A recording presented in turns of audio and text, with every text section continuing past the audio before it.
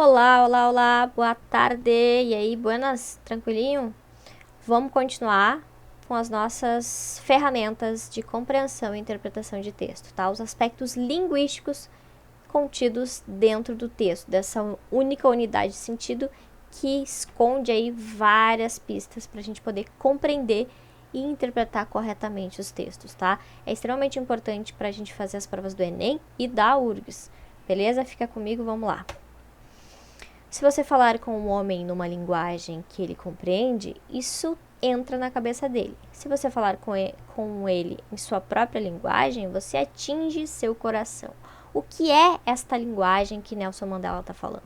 Que linguagem é essa? O que é linguagem? Vamos ver. Linguagem. Então, tem três grandes núcleos que a gente precisa saber e entender, tá? Linguagem, língua e fala. Esses são os aspectos da macroestrutura do texto, tá? Macroestrutura semântica do texto.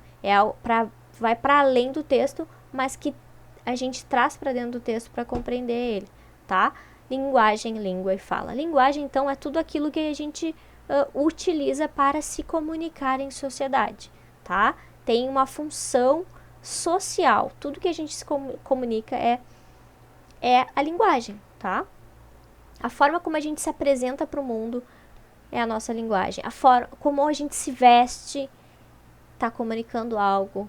Como a gente se porta em determinados lugares está comunicando, né? A linguagem corporal, a cor do batom que a gente usa, o tipo de cabelo que a gente gosta, né? Isso são ferramentas, são coisas que comunicam para as outras pessoas como a gente está se apresentando para o mundo, de que forma que a gente se enxerga o mundo, tá? Então, linguagem pode ser linguagem corporal, linguagem verbal, linguagem não verbal, linguagem escrita, linguagem falada, linguagem de libras, né? Então, tem vários tipos de linguagens. Linguagem binária, da matemática, né? Linguagem teatral, do teatro, que tem toda uma questão de amplitude, né? No gestual. Né? Os gestos também é uma linguagem. Símbolos, sons, índices. Tudo tá dentro da linguagem, tá? E aí, dentro desse grande núcleo que compõe o nosso sistema de comunicação, que é a linguagem, a gente tem linguagem verbal e linguagem não verbal. O que é linguagem não verbal? Linguagem não verbal é tudo que não usa a palavra, seja ela escrita, seja ela falada, tá? O que é uma linguagem não verbal? Pode ser um símbolo, um ícone, pode ser uma fotografia de alguma coisa, pode ser um desenho, pode ser o corpo, pode ser o próprio corpo se comunicando. Então, isso é linguagem não verbal. Linguagem verbal é que vem da palavra, tá? É quando a gente usa a palavra, seja ela escrita, seja ela falada, tá? E dentro dessa linguagem verbal, a gente tem aqui a língua e a fala, que utilizam da palavra, tá? O que é a língua? A língua é a parte coletiva, é uma convenção coletiva, é um sistema de signos que foram organizados por uma convenção coletiva social para ser a serviço da comunicação, tá? O sistema de signos que a gente conhece muito bem é a língua portuguesa, tá? É um grande exemplo.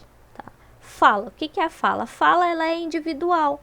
Ela é uma coisa mais subjetiva. Ela é uma coisa mais íntima. E ela tem alguns aspectos que a língua não abarca, não abrange, tá? Que é as questões de até a entonação vocal, a forma como eu me comunico, os dialetos, né? As gírias, o campo semântico que eu sou acostumada a lidar com as pessoas que estão em volta de mim. Tipo, se eu sou uma advogada, eu tenho um campo semântico ali diferente, eu falo de uma forma diferente, porque tem uma especificidade para aquelas pessoas, para aquele grupo, tá? Médicos também, biólogos, pesquisadores, professores, né? Cada área tem a sua especificidade e é manifestado através da língua. Regiões do Brasil, classe social, né? Questões históricas também de evolução da língua. Hoje eu falo de uma forma que a minha bisavó falava de outra, né? Então, a fala nos permite essas nuances, que na língua a gente tem um padrão, né, mais pré-determinado, saca? Língua é coletivo, convenção coletiva. Fala tem um quê de individualidade.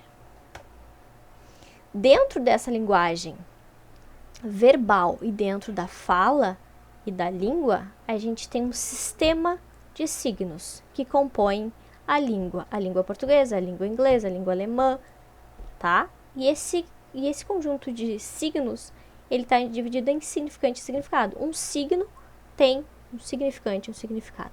Mas o que é esse signo?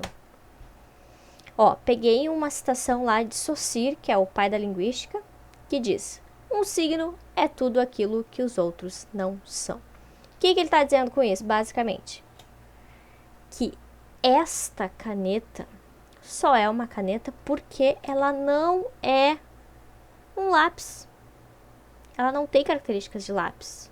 Ela não se representa como um lápis. Ela é uma caneta. Se ela fosse de outra forma, com outra característica, ela não seria uma caneta, ela seria outra coisa. E não uma caneta. Entendem? Tem uma questão arbitrária aí de conceitualizar e de determinar, mas é bem simples, né? Uma caneta é uma caneta porque ela não é um lápis. Fechado?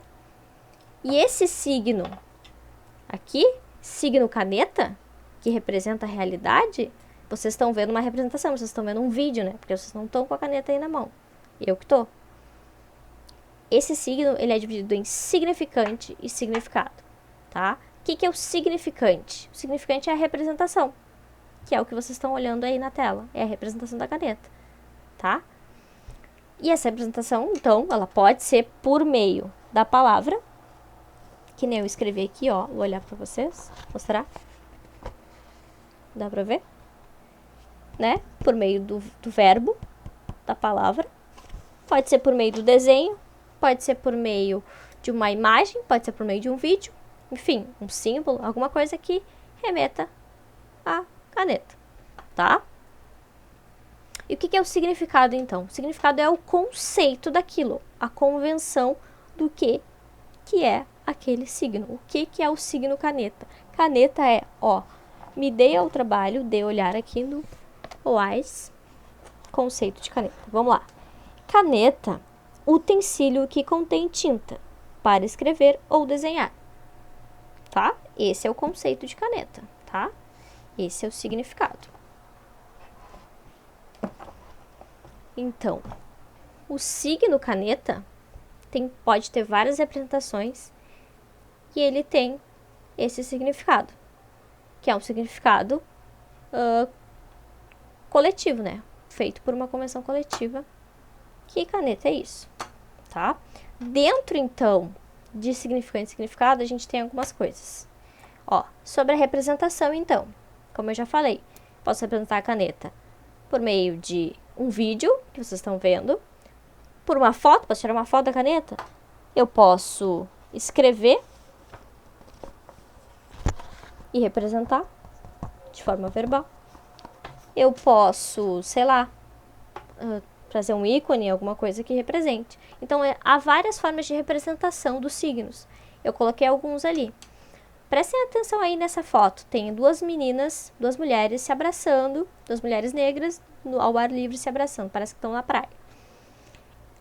Isso é um ícone, tá? É um ícone, é uma foto. Não é de fato elas, é uma representação da realidade, né? Não é de fato elas. Então, a gente chama essa representação de ícone. O ícone é quando a gente representa aquele signo por semelhança, tá? Por semelhança. Então, foto é um exemplo de ícone. Esse outro símbolo aqui, ó. Esse símbolo, né? Porque o outro é ícone. Esse símbolo do cigarro, uma bola vermelha e um traço. O que a gente olha e lê? Proibido fumar nesse local. Quando tem uma placa dessa, a gente sabe, proibido fumar nesse local. Esse símbolo, tá? A gente já tem convencionalizado que a cor vermelha e um traço quer dizer que é não, né? Isso é uma convenção. A gente já tem por internalizado dentro da gente que isso quer dizer que não. Se tivesse uma corzinha verde ali, eu ia, opa, então quer dizer que pode, né? Ia ser diferente. Isso é o símbolo, ele nos traz o conceito do signo por conta de convenções coletivas. O ícone nos traz o conceito do signo por uma questão de semelhança. E essas nuvenzinhas aqui, então? Essas nuvenzinhas estão bem bonitas, mas eu estava pensando em quando a gente vê o céu nublado, escuro, aquelas nuvens escuras, a gente olha para o céu e pensa, ih, vai chover. Ah, vai chover. Isso é o índice. As nuvens pretas no céu indicam que vai chover, né? Então, o índice, ele nos traz o conceito do signo, dos signos, por meio de um índice, de uma probabilidade, de uma pistas, né? Por meio de pistas, certo? Representação, então, de signo. Ah, isso cai diretaço no Enem. Diretaço essas representações, a leitura dessas imagens. Talvez não te pergunte o que é ícone, o que é símbolo, mas vão pedir para tu interpretar eles, tá? Conceito. Vamos para a parte do conceito do signo. Conceito denotativo e conceito conotativo, tá? O que é conceito denotativo? É aquele conceito que a convenção coletiva nos diz. Caneta é um utensílio para escrever e desenhar. Esse é o conceito de caneta, tá? O que é o conceito conotativo? É um conceito subjetivo, é algo que eu coloco, eu coloco um outro conceito para aquele signo. Um conceito que dentro do meu texto, ele vai servir como ferramenta, como instrumento, como estilo para chegar ao objetivo que eu quero de convencer, de entreter, enfim, do que eu quiser fazer dentro do texto para o meu leitor ou interlocutor, tá? Eu poderia dizer, eu peguei aqui um conceito conotativo de caneta. Ó, peguei uma letra do MV Bill, um pedaço, um excerto assim. Minha palavra vale um tiro. Microfone, papel e caneta são minhas armas. Então, qual é o peso dessa caneta na letra do MV Bill? Caneta para ele é a arma. Quando ele empunha uma caneta para escrever as letras dele, para denunciar o que tem acontecido no mundo, na sociedade, no bairro dele, na favela, ele empunha essa caneta e essa caneta é como se fosse arma. As palavras dele é um tiro. Entendem o peso, o conceito de caneta nesse contexto? É um conceito conotativo. Dentro desse conceito conotativo, então, a gente tem as figuras de linguagem. Essas figuras de linguagem são ferramentas, mecanismos, são formas de trazer conceitos conotativos para signos convencionais, tá? Nós vamos aprender figuras de linguagem na próxima aula. Por hoje é só. Beijos. Me voe. Até a próxima.